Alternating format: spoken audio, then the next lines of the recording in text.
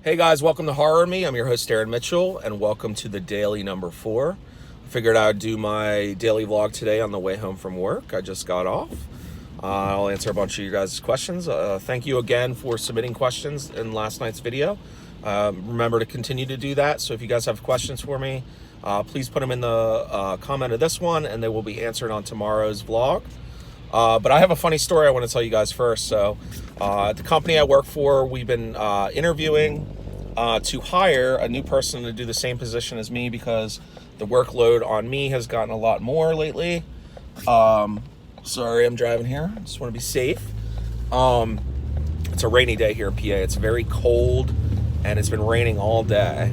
But a funny story is, so I'm interviewing this lady for the position, and she's pretty cool, right? But I thought you guys would get a kick out of it that I have a lot of horror stuff up on the top of my desk, like on my cabinets, and she saw that. She's like, oh, that stuff's pretty cool or whatever, and she's like, well, if I get the position, can I bring in my Post Malone pop?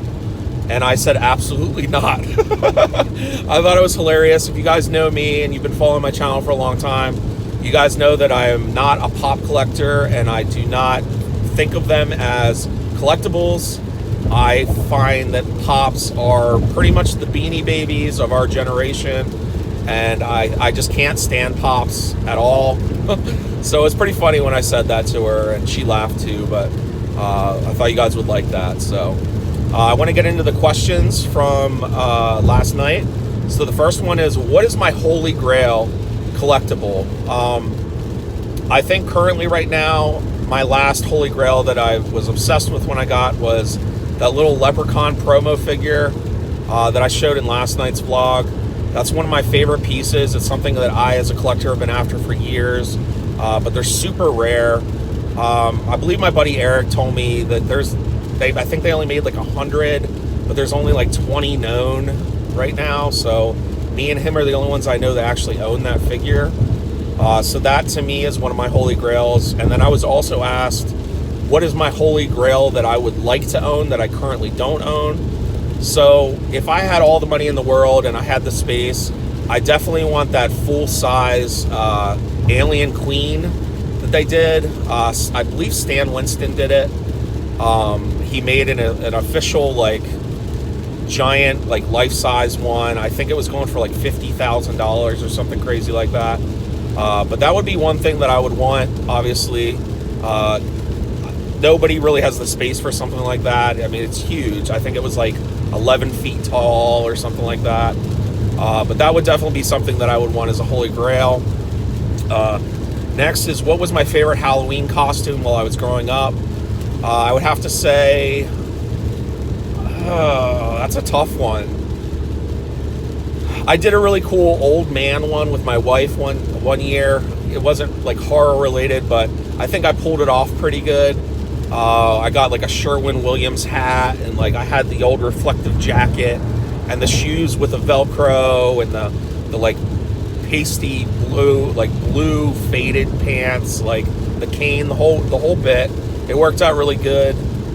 So I would say that was my favorite one as of the last, I'd say, 10 years that I really liked. It was pretty funny, and it got a good reception from people. So I would say that one. Next up is, what is my favorite beer? As you guys know, I'm a big beer drinker. I drink often, unfortunately, but I would say my favorite beer, or kind of beer, is IPAs. I'm a huge IPA lover. I tend to drink them a lot, and I try different kinds. As far as IPAs, my favorite is Dogfish Head 60 Minute. If I'm drinking like a cheap beer, I really like Killian's Irish Red. I'm also a fan, as of recently, I'd say the last few months, of Rolling Rock. I really enjoy Rolling Rock. It's very cheap. You can get like a 30-pack around here for like $20. So that's a good beer, and then I don't really feel hungover on Rolling Rock, so that's another one. Up next is, who is my favorite YouTuber? I don't necessarily think I have a favorite YouTuber. I watch a lot of different things. I kind of start binging on certain things. Like right now I'm really into watching casino YouTubers that play the slots. I really like watching other artists that do like woodworking or like sculpting, stuff like that. So there isn't a specific person that I would say is my favorite, but those are the types of things I do enjoy watching on YouTube. Let's see. I got a question is, does my brother have a YouTube channel? And I think that question was asked because I'm buddies with Phil Mitchell from Phil's Creepy Vids, and we joke around all the time that we are brothers and distant relatives, just because we have the same last name. But he's not my brother, but I love him like a brother, if that makes sense. And I would do anything for Phil. He knows that. He's one of my best friends in the whole world. So if that's what you were referring to as that question, technically not my real blood brother, but he's my brother. So I would say yes to that question. Up next is, what part of PA am I from? So I live in Lancaster, Pennsylvania, which is about 25 miles away from Harrisburg, the capital. I'm about an hour, I would say, drive from Philadelphia. And I work in York, so I commute like 35, 40 minutes a day each way. So that's why I'm doing my vlog now, driving home. It gives me an opportunity to talk to you guys. But that's where I'm located. What horror icon would I want to meet that I haven't met yet? So I've told this story before. You guys know I'm a huge fan of Bruce Campbell. I still have not worked up the courage to meet Bruce Campbell because I know I'm probably only going to do it once, and I know I'm only going to have a short duration of time to be able to speak with him. So I've just been nervous over the years to actually meet him because I know I only have one shot really, and I only have probably a sentence that I can say to him. And it's hard for me to just narrow down all the things I've ever wanted to ask him in one sentence. So I would say that is probably the horror icon that I've always wanted to meet the most. And I know I will at some point. I've been at conventions when he's been there, and I just never worked up the courage to do it. So I'd say Bruce Campbell. Last question is, what was the process for me starting my company, Resin Co? I've told this story too before, I believe. But Jay, the owner of Fright Crate, and myself are really good friends, and we have for years talked about starting an action figure company. It's something we are both passionate about. So we just decided one day to do it, and we started with nothing. I put in $150 and he put in $150, and we had our $300 and we started the company. Like I said, it really started with, at first it was the sculpting, and then we had to start getting pressure pots and buying the resin and buying the material to make the molds. And every time we have ever sold something through our company, we always roll the money back into the company. We don't make money from Resin Co. Resin Co. is strictly because we want to put out a quality product for you guys of characters that aren't done or have rarely been done, and to bring them to you guys at a cost that is affordable. Again, we're not in it to make money, because technically we don't make money. We take all the proceeds that we make from everything we've ever done, like I said, and we throw it directly back into the company to keep us going. The thing with running a figure company is, over the years, I've been less hands-on as I used to be. So a lot of things we do shop out now, especially because in Fright Crate, there's 500-600 boxes going out a month, and I can't do it all myself. Jay can't do it all himself.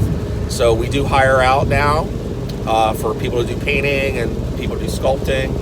And right now, I pretty much just run the business from the Resin Co standpoint. I take care of all that. When we do limited edition things, I handle all the sales with that.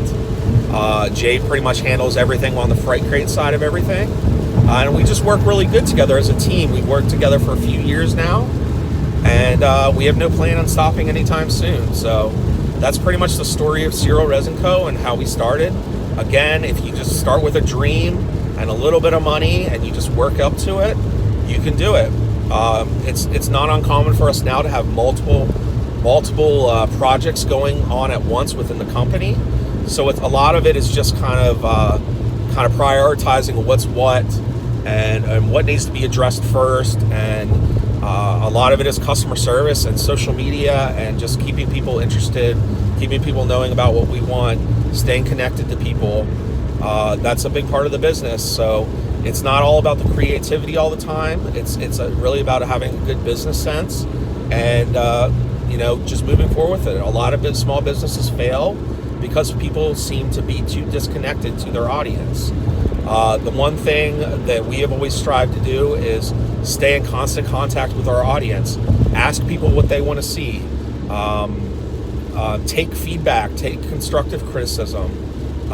That's just something that we're very passionate about, and we make sure we do.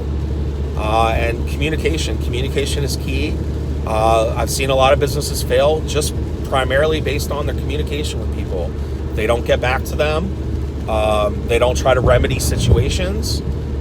They just kind of are just like, screw it, on to the next person. But that's not how we operate. We've always operated with integrity. And that's how we're going to continue to do it. So that's pretty much it, guys. I know this is kind of like a different one than I did yesterday because it's kind of a drive home. But I want to say thanks again for tuning in and continuing to watch these vlogs. And I want to say thank you for continuing to support me in my channel. And please leave this video a like and a comment. If you have questions for me, please ask, and I will answer them on tomorrow's video. All right, guys, take care. Have a good night. I'll see you later.